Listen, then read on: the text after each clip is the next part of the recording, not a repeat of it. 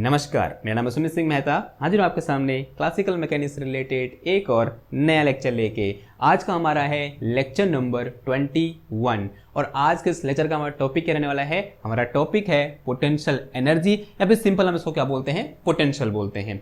तो आज हम यहाँ पर एक नई तरीके की एनर्जी के बारे में डिस्कस करेंगे जिसका नाम क्या है, पोटेंशियल एनर्जी है। अब जैसे कि हम सब जानते हैं हमारा जो पूरा यूनिवर्स है वो दो चीज से मिलकर बना हुआ है, पहला मैटर और दूसरा एनर्जी।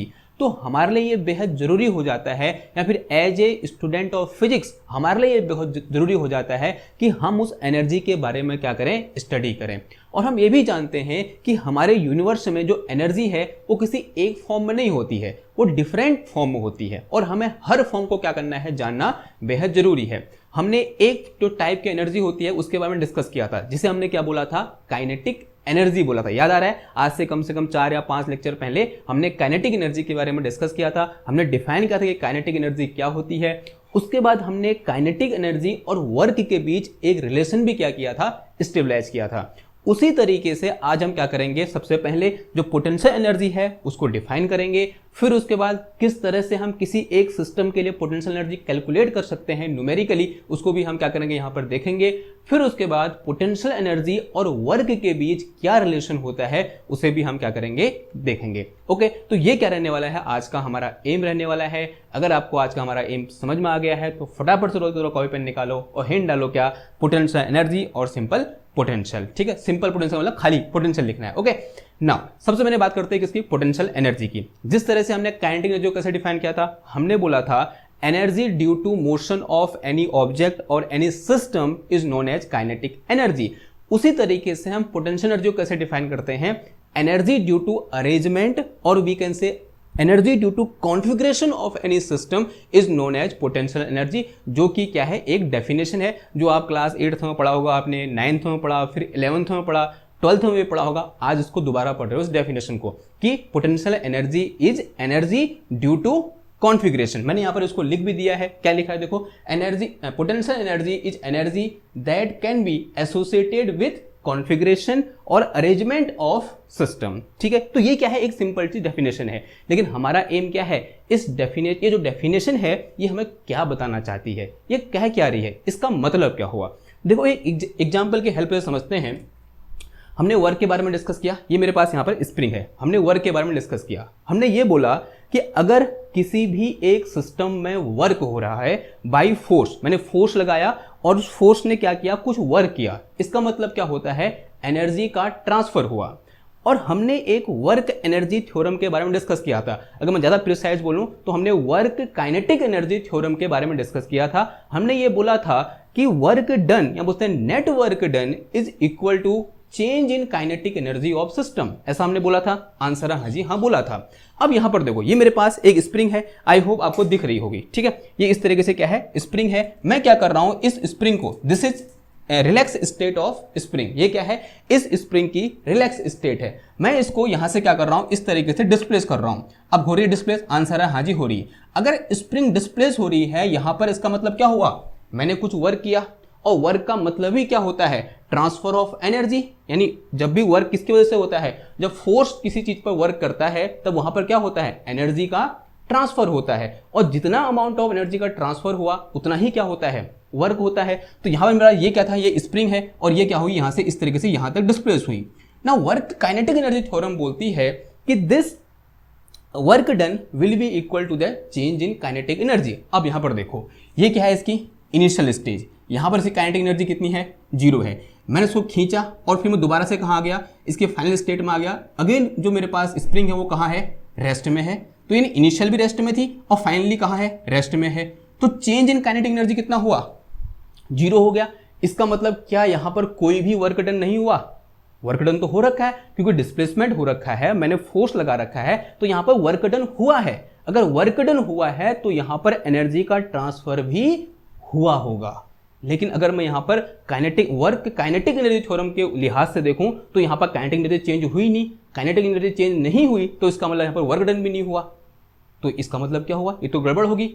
ओके एक स्टेटमेंट कुछ और बोल रहा है, दूसरा स्टेटमेंट कुछ और बोल रहा है। एक हिसाब से तो मेरे को लग रहा है हाँ यहां पर क्या हुआ, वर्क हुआ, क्योंकि मैंने इसको क्या डिस्प्लेस किया। अगर मैं काइनेटिक एनर्जी थ्योरम लगाऊं तो यहां पर से काइनेटिक एनर्जी जीरो, फिर मैं डिस्प्लेस करके यहां ले गया, इसे काइनेटिक एनर्जी अगेन जीरो, यानी initial kinetic energy zero, final kinetic energy zero, तो net kinetic change in kinetic energy zero, तो net work done zero.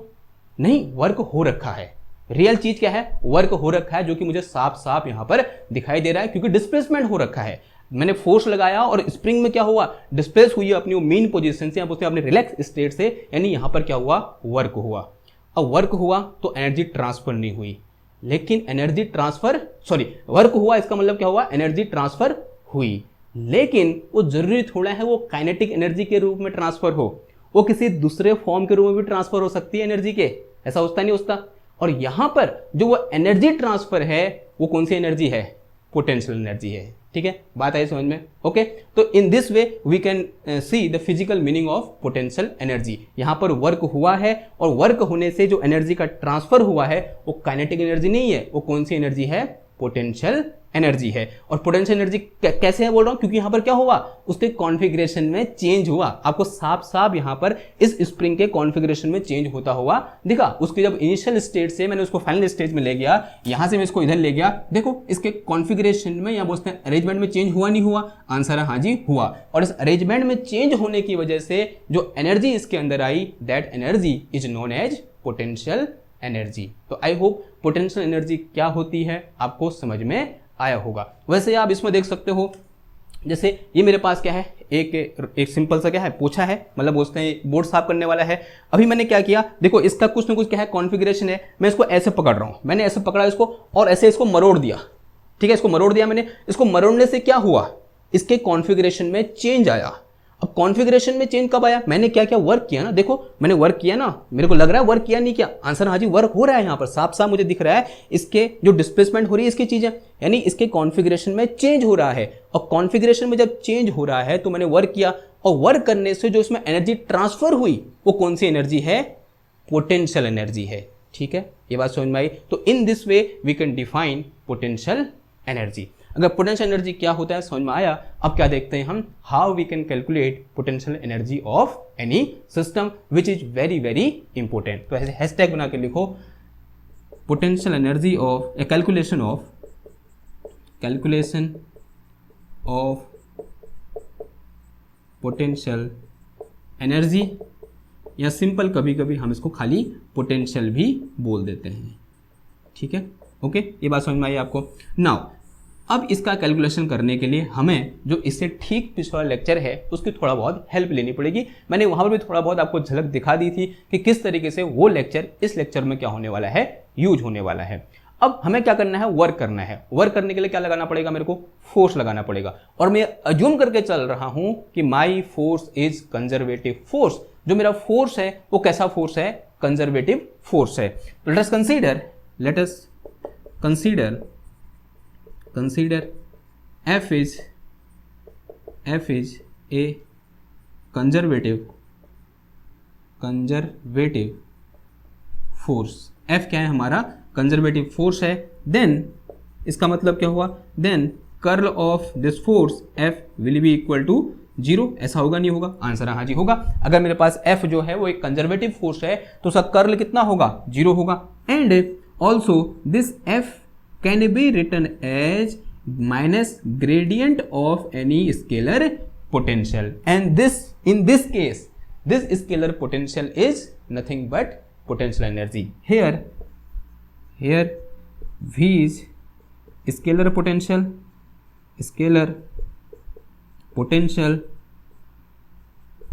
or we can say potential energy, energy. तो यहां पर जो V है ना, यही क्या है, पोटेंशियल एनर्जी है। थोड़ा बहुत इसके बारे में डिस्कस, मतलब एक थोड़ा सा मैंने आपको हिंट दिया था कि हाँ यही जो चीज यहां पर V होने वाली है ये क्या है, पोटेंशियल एनर्जी है, या फिर सिंपल कभी कभी हम इसको क्या बोल देते हैं, पोटेंशियल भी बोल देते हैं। ठीक है, अब इसी पोटेंशियल V को मुझे क्या करना है, फाइंड करना है। ठीक, नाउ एक चीज देखो, since we know work done by force F to displace any object और we can say system from RI to R final, RI to R final। ये कहने का मतलब है ऐसा समझ रहा, ठीक है। इसको मिटाऊं मैं, मान लिया मेरे पास कोई एक सिस्टम है यूं करके एक, अब उसमें हमने पोजीशन दिखानी है तो सबसे पहले क्या जूम करना पड़ेगा मेरे को, एक reference frame, this is X Y Z, और ये क्या है इसका ओरिजिन है, और इस तरीके से क्या कर रहा है कोई एक ऑब्जेक्ट इस पाथ के अलॉन्ग क्या कर रहा है, मूव कर रहा है। ये इसकी क्या है इनिशियल पोजीशन, ये क्या है इसके फाइनल पोजीशन, और इस दौरान इसमें क्या लग रहा है एक फोर्स इस तरीके से F लग रहा है, and this force F is conservative force. और जो इनिशियल पोजीशन का जो पोजीशन वेक्टर है वो क्या है RI वेक्टर है, और फाइनल पोजीशन का जो पोजीशन वेक्टर है वो RF वेक्टर है। यहाँ मैंने क्या बोल दिया, एक छोटा सा लाइन एलिमेंट क्या अज्यूम कर लिया मैंने, dr इस तरीके से अज्यूम कर लिया। Then this work done will be equal to क्या होगा बताओ, बहुत दिन से पढ़ रहे हैं हम, this will be equal to integration F dot dr and limit is from R initial to R final. Now say it is some equation number 1। इसे क्या बोलेंगे हम, इक्वेशन नंबर 1 बोल दो। Okay, now if this is equation number 1, now since we know this F is conservative force and this F is will be equal to this thing, किसके बराबर होगा, minus का ग्रेडियंट ऑफ पोटेंशियल एनर्जी के बराबर होगा। तो इसकी value यहाँ से उठा के इधर पुट कर दो, तो यहाँ से W इज इक्वल टू कितना आ गया, integration R initial to R final, और उसमें कितना आ जाएगा ये माइनस का ग्रेडियंट ऑफ V, और डॉट कितना आ गया यहाँ पर dr आ गया, माइनस बाहर ले लो, this will be integration minus का integration, this is R initial to R final, gradient of V, dot कितना आ गया dr आ गया। नाउ हमने कल भी इस चीज को डिस्कस किया था, this is now from our क्या कहते हैं उसको नाम प्रिंसिपल ऑफ, मतलब theorem of fundamental theorem of gradient, fundamental theorem of calculus, उसमें जो पहली थ्योरम आती है उसे हम क्या बोलते हैं, फंडामेंटल थ्योरम ऑफ ग्रेडियंट बोलते हैं। सिंस फंडामेंटल थ्योरम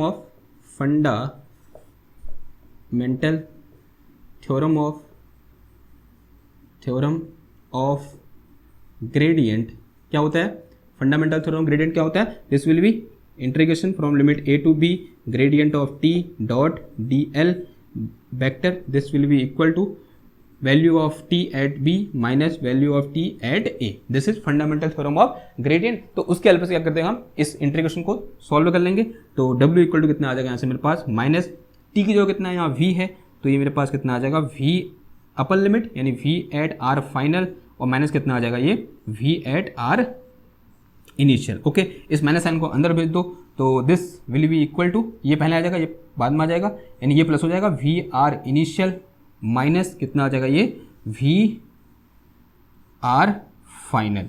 तो this is relation between work and potential energy. तो ये क्या निकल के आया, relation between work and potential energy. v क्या है पर पोटेंशियल एनर्जी तो है, here v is potential energy, ठीक है, ये तो लिखा है हमने, here v is scalar potential, और we can say potential energy simple potential. तो ये जो टर्म है किसको दिखा रहा है, पोटेंशियल एट, या पोटेंशियल एनर्जी लिखो या फिर पोटेंशियल लिखो, पोटेंशियल एट RI यानी इनिशियल पोजीशन पर, यानी RI वेक्टर, यानी यहाँ पर इनिशियल पोजीशन पर पोटेंशियल कितना है VRI है, and this one is potential at, this one is potential at RF। तो ये कहाँ पर है, this is potential at final position, और दोनों का जो डिफरेंस होगा वो किसके बराबर होगा, वर्क डन के बराबर होगा। तो this is relation between potential energy and work done which is very very important, जो क्या है बहुत ज़्यादा इंपॉर्टेंट है।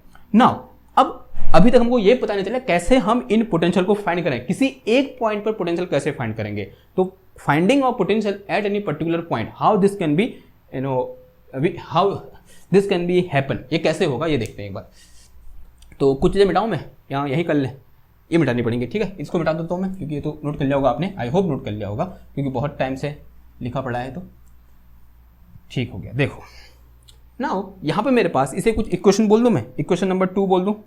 देखो अभी हमने डिस्कस किया था कि this work done will B this thing, तो यहाँ पर मैं W की जगह पुट कर सकता हूँ, ये पूरी क्वांटिटी पुट कर सकता हूँ, और इसकी जगह ये रहने देना। तो यहाँ से मैं क्या लिख सकता हूँ, देखो now from equation 1 and 2, from equation 1 and 2, एक और 2 कंबाइन करो, तो अगर हमसे क्या लिखूँ, VR initial minus VR final will be equal to कितना आ जाएगा, दिस थिंग, यानी दिस इज R इनिशियल और यहाँ R फाइनल, और ये मेरे पास कितना आ जाएगा, ये F डॉट dr आ जाएगा, ठीक है। नाउ अगर मैं यहां पर क्या करूं, इस इंटीग्रेशन को सॉल्व करूं, एफ मुझे पता है, फोर्स मुझे पता है, और मैं इस इंटीग्रेशन को सॉल्व कर दूं तो मुझे क्या मिल जाएगा, डिफरेंस ऑफ पोटेंशियल मिल जाएगा, यानी पोटेंशियल डिफरेंस मिल जाएगा। ठीक है, ये बात समझ में आ रही है। अगर मैं इस इंटीग्रेशन को सॉल्व करता हूं तो मुझे क्या मिल रहा है, यहां पर इन दो पॉइंटों के बीच की पोटेंशियल एनर्जी का डिफरेंस मिल रहा है। लेकिन अगर मैं क्या करना चाह रहा हूं, किसी एक पॉइंट पर पोटेंशियल एनर्जी फाइंड करना चाह रहा हूं, किसी एक पॉइंट पर। ठीक है, मान लिया मैं इस RF पॉइंट पर पोटेंशियल एनर्जी फाइंड करना चाह रहा हूं, ध्यान सुनना बात को, कहां पर, फाइनल पोजीशन पर, इस पोजीशन पर मैं पोटेंशियल एनर्जी फाइंड करना चाह रहा हूं। तो उसके लिए मुझे क्या पता होना चाहिए, इस R इनिशियल पॉइंट पर पोटेंशियल पहले से पता होना चाहिए। तभी मैं क्या करूंगा, इसको इधर भेज दूंगा, क्या निकल के आ जाएगा, यहां पर RF पॉइंट पर पोटेंशियल निकल के आ जाएगा। ऐसा होगा नहीं होगा, आंसर है हाँ जी होगा। If we know, we have knowledge about, if we have knowledge about potential at point Ri, then we can easily calculate potential at R final. ठीक है, ऐसा हम कर सकते हैं, आंसर है हाँ जी कर सकते हैं। ठीक है, तो कर दो फिर, अगर कर सकते हैं तो क्या आ जाएगा इधर से, देखो माइनस का VR final will be equal to, इधर आ जाएगा ये, तो this is R initial to R final, और ये क्या हो जाएगा मेरे पास F डॉट DR हो जाएगा, और फिर यहाँ माइनस कितना आ जाएगा, ये VR इनिशियल आ जाएगा, और इस माइनस को इधर भेज दो, ये माइनस ये प्लस हो जाएगा। ठीक है, तो VR final is equal to minus this is R initial to R final.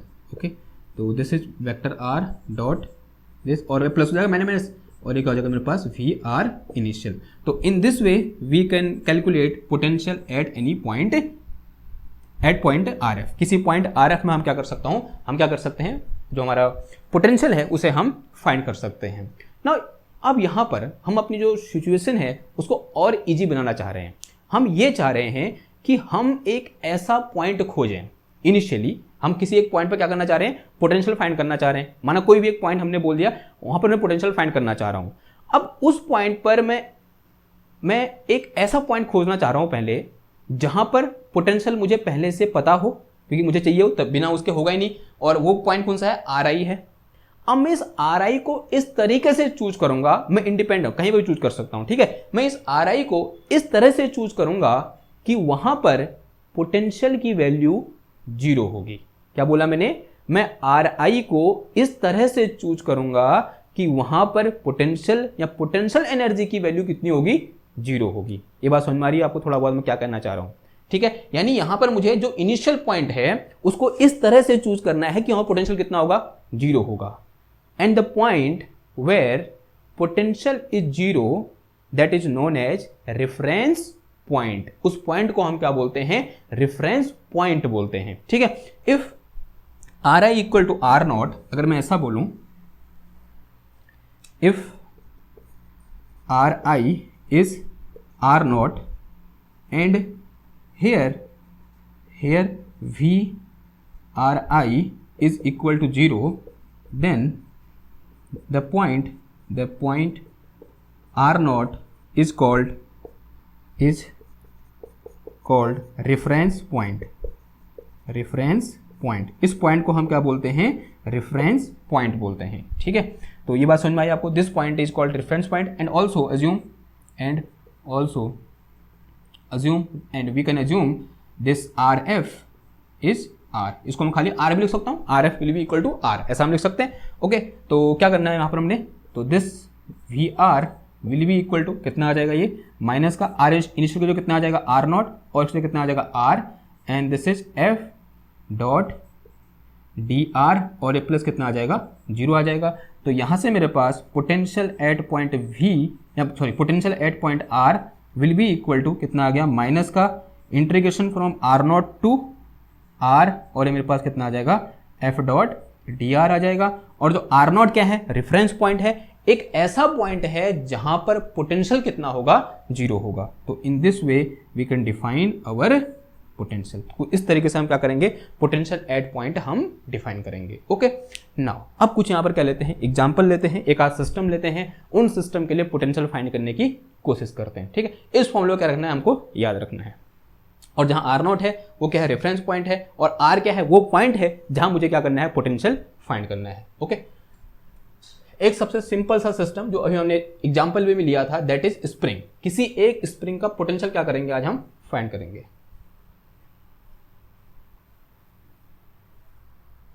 Hint डालो, potential of spring, potential energy of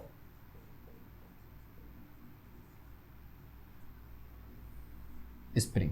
ठीक है, मान लिया मेरे पास क्या है, कोई एक आइडल स्प्रिंग है, मतलब किसको फॉलो कर रही हो, हुक्स लॉ को फॉलो कर रही है। ठीक है, उसका एक एंड क्या है, इस तरीके से फिक्स है, और दूसरे एंड पर क्या लगा रखा, हमने एक ब्लॉक लगा रखा है जिसका मास कितना है, m है, और हम ये अज्यूम कर रहे हैं इनिशियली जो मेरा ब्लॉक है वो रिलैक्स स्टेज पर है, यानी x इक्वल टू 0 पर है। तो एट x इक्वल टू 0 जो पोटेंशियल होगा, हम इसको क्या मानकर चल रहे हैं, दिस इज रेफरेंस पॉइंट। तो ये क्या है, रेफरेंस पॉइंट है, यानी यहां पर पोटेंशियल v इक्वल टू कितना होगा, हमारा 0 होगा। तो एट x इक्वल टू 0, जो पोटेंशियल है वो कितना है, मेरा 0 है। तो x equal to 0 is reference point.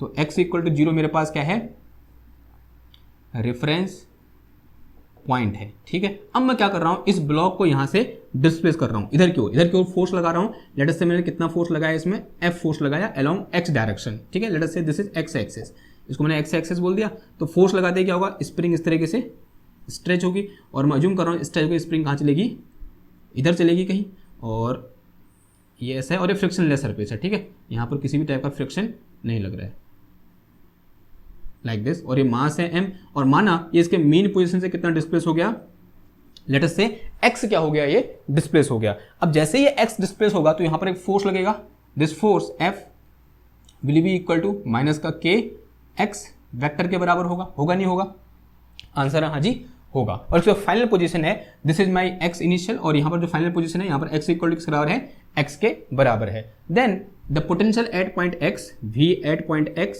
Will be equal to, ये तो कहा था 3 डायमेंशन में है। ठीक है, इसको 1 डायमेंशन में चेंज कर सकता हूं, तो कितना आ जाएगा, ये vx will be equal to minus का r इनिशियल, हम पूछते हैं x नॉट टू x, और यहां कितना आ जाएगा, अब both this displacement and this force in same direction, तो मेरे पास सिंपल कितना आ जाएगा, f इंटू x आ जाएगा। और ऑब्वियसली बात है, इसका पूरा हमको माइनस के साथ रखना पड़ेगा यहाँ पर। तो vx इज इक्वल टू कितना आ गया, ये माइनस का x नॉट कहाँ पर है, 0 पर है, x कहाँ पर है, x पर है, और f की जो कितना आ जाएगा, ये माइनस का, सॉरी ये dx होगा, हाँ, तो this will B dx kx, और इंटू कितना आ गया, dx आ गया।